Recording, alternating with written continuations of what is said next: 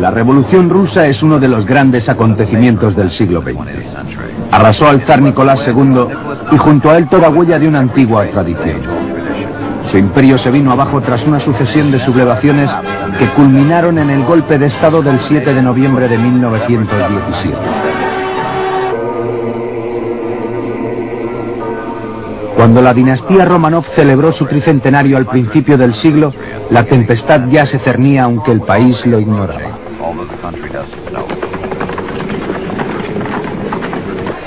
Las nuevas tendencias vienen de Francia, Alemania e Inglaterra, países que a menudo acogen a los exiliados que traerán el marxismo a Rusia. Entre ellos está Ilich Ulyanov, que más tarde se llamaría Lenin. Aquí le vemos con peluca en una foto de identificación falsificada. Tiene 30 años y lleva haciendo una dura campaña desde 1895. Ha huido al extranjero para escapar de la policía imperial. Una gran huelga se declara en Bakú en diciembre de 1904, a la que sucederían manifestaciones en San Petersburgo el 8 de enero de 1905.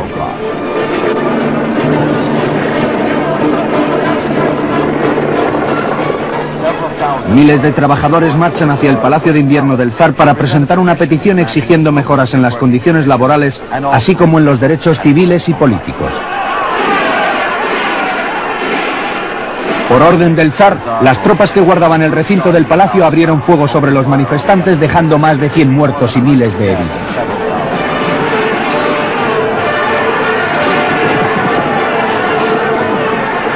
El horror provocado por esta masacre de una multitud indefensa ha permanecido en la historia rusa bajo el nombre de Domingo Sangriento.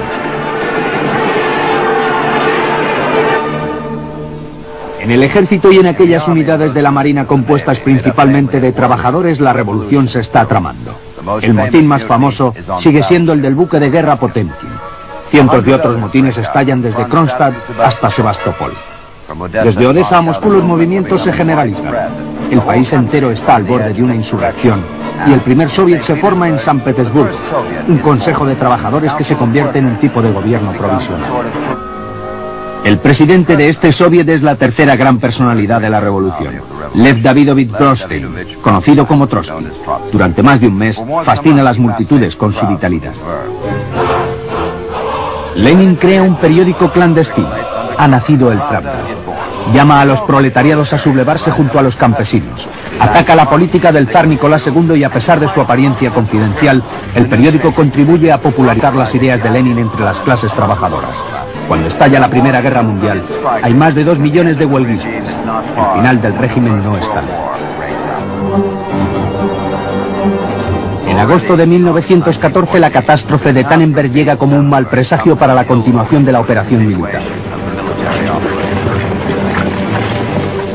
En 1915 hay derrota tras derrota. Los 14 millones de soldados no son suficientes para compensar la mala preparación y el material inadecuado de las tropas.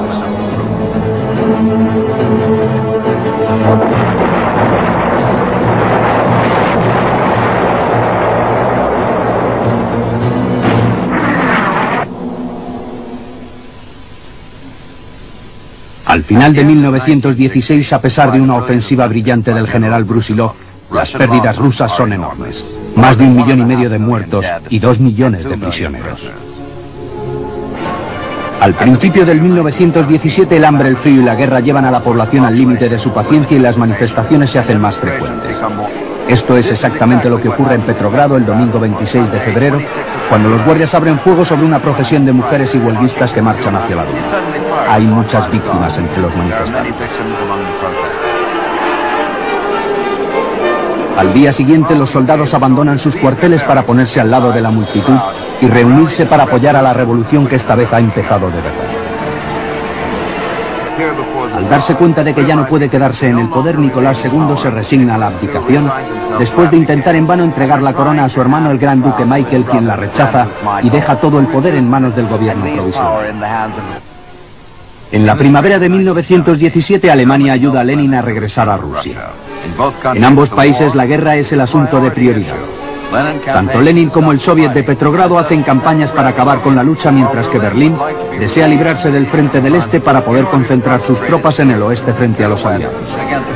Es por eso que los alemanes proveen a los revolucionarios del famoso vagón blindado en el cual Lenin, acompañado de 50 exiliados más, viaja de Suiza vía Suecia y Finlandia a Rusia.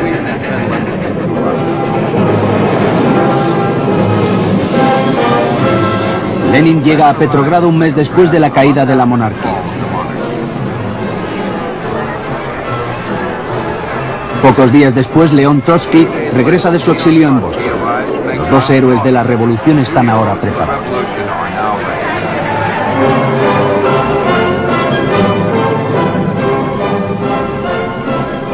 Lenin, el día después de su llegada, lanza su tesis de abril resumida por el famoso eslogan «Pan, paz y libertad». Se convierte en el más grande defensor del traspaso de todo el poder al Soviet, envía agitadores profesionales por todo el país para hacer correr la voz por medio de panfletos. El 3 de julio, un tiroteo causa la muerte a 400 personas. Tras la crisis, el gobierno se reconstituye, pero inmediatamente después el nuevo presidente de la coalición, Kerensky, se encuentra de nuevo bajo presión, esta vez de la derecha.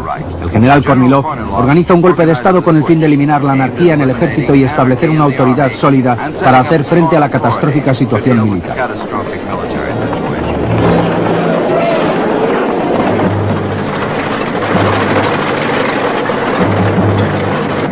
Kerensky frustra este intento mediante un contraataque del cual habría de lamentarse. Suministra armas a los bolcheviques para parar a Kornilov. De aquí en adelante, ante la carencia de instituciones, nada podrá parar a los bolcheviques en su camino hacia el poder. El crucero Alba dispara unos cañonazos de advertencia. Es la mañana del 7 de noviembre. La capital está rodeada. La Marina toma control de los lugares estratégicos. Inmediatamente se ordena la toma del Palacio de Invierno, defendido por solo un batallón de 150 mujeres soldados. De acuerdo con el calendario ortodoxo, estamos en la tarde del 7 de noviembre.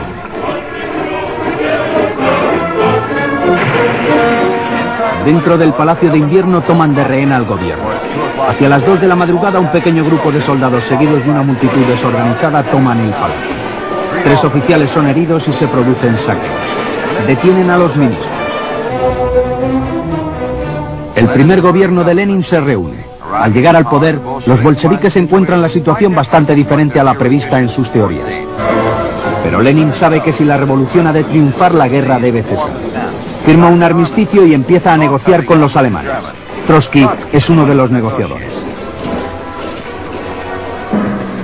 El desquite de los alemanes es devastador. Su ejército avanza atravesando Rusia sin encontrar resistencia alguna. Pocos días después, se firma el humillante Tratado de Brest-Litov. La reciente ofensiva alemana anima a los aliados a hacer una intervención militar. En el periodo entre la primavera y el verano de 1918, los americanos y los británicos llegan al territorio ruso para reforzar el frente oriental con 13.000 hombres.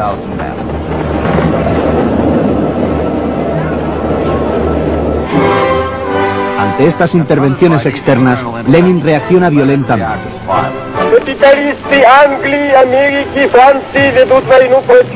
Este discurso constituye uno de los documentos de archivo de valor excepcional. En él denuncia a aquellos capitalistas extranjeros que intentan restablecer al zar y armar a los enemigos del nuevo régimen.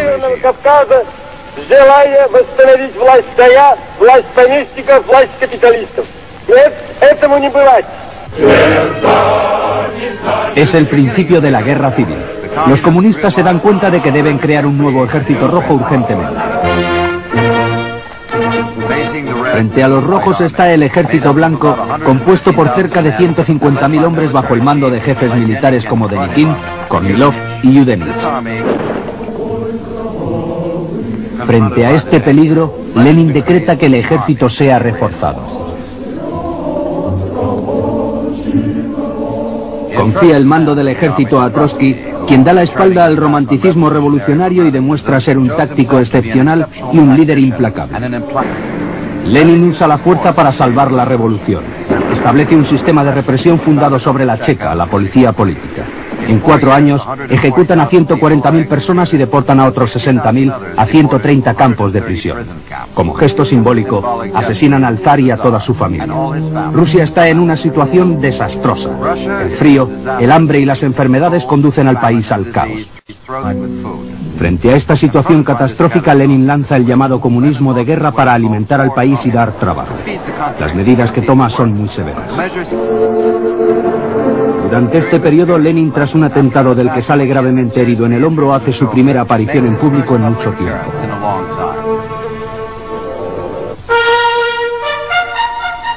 Los ejércitos blancos, después de reunificar su comandancia en Ufa, inician 2 ofensivas de gran envergadura. Estamos al final del año 1919. Trotsky moviliza al Ejército Rojo, que reconquista los territorios perdidos. Un asalto violento de la famosa caballería de Budeni da la señal para la contraofensiva victoriosa del Ejército Rojo, que llega hasta Ucrania. Durante este periodo se establece la base de un sistema que sobrevivirá a Lenin y que Stalin continuará. Se transforma la vida del país. La economía soviética da un salto bajo la influencia de la colectivización y los planes quinquenales, que son gradualmente puestos en acción.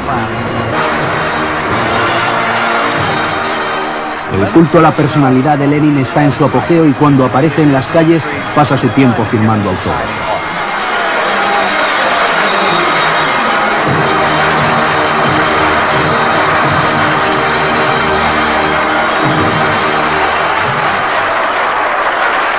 Cuando Lenin está seguro de tener el país bajo su control, vuelve su atención sobre otros países y forma la Tercera Internacional Comunista, o Comintern, en marzo de 1919. Zinoviev asume la presidencia dejando su sello particular sobre el comunismo mundial con condiciones draconianas, una disciplina de hierro y una organización sumamente centralizada. A partir del año siguiente, los partidos comunistas se forman en muchos países, entre ellos Alemania, Finlandia, Italia y España.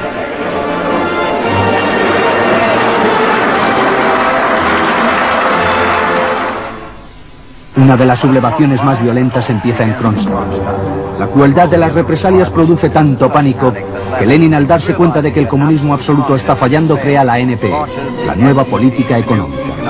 Vuelve a una economía de mercado y el dinero vuelve a reemplazar al pueblo. Frenan la expropiación y establecen un nuevo sistema de impuestos. Los campesinos vuelven a gozar de libertad comercial. Cuando se forma la NPE en 1922, Lenin ya está enfermo. Ha tenido un infarto y empieza a sufrir de parálisis. Tiene dificultad en controlar la oposición a su repentino cambio de política y se ve obligado a ir dejando sus deberes al encontrarse cada vez más incapacitado físicamente. Sacando ventaja de este vacío, Stalin aumenta su poder y en 1922 es elegido secretario general del Partido Comunista. Estas son las últimas imágenes de Lenin vivo, la última aparición pública. Está paralizado y ya no puede hablar.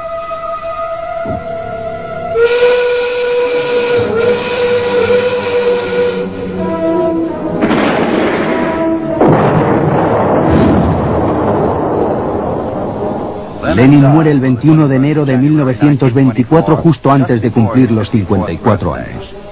Su cuerpo es llevado a Moscú a bordo de un tren especial.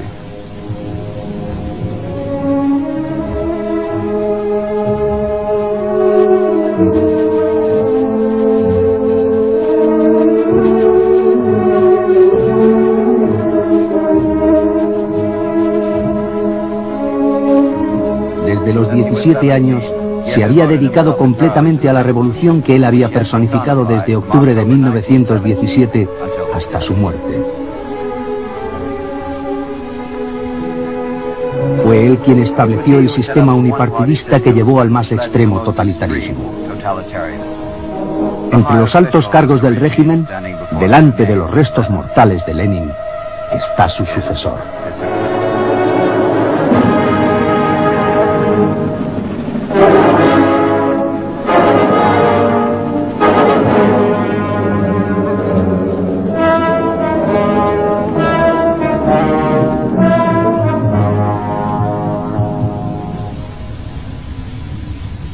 La dictadura de un hombre habría de seguir a la dictadura del proletariado.